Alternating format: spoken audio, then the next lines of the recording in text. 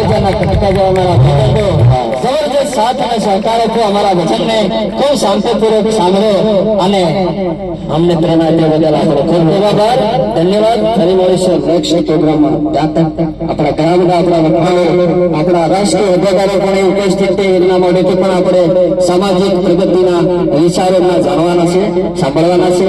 તો હવે સમય અમારી ભજન અહીં પૂરું કરે છે. ધન્યવાદ.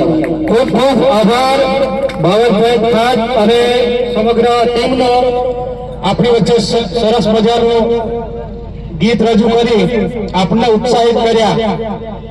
હવે આપણે મંચ ઉપર શબ્દોના સોદાગર એક એક શબ્દને અક્ષરશઃ સમજાવનાર એવા વક્તાને મંચ ઉપર બોલાવીએ છીએ.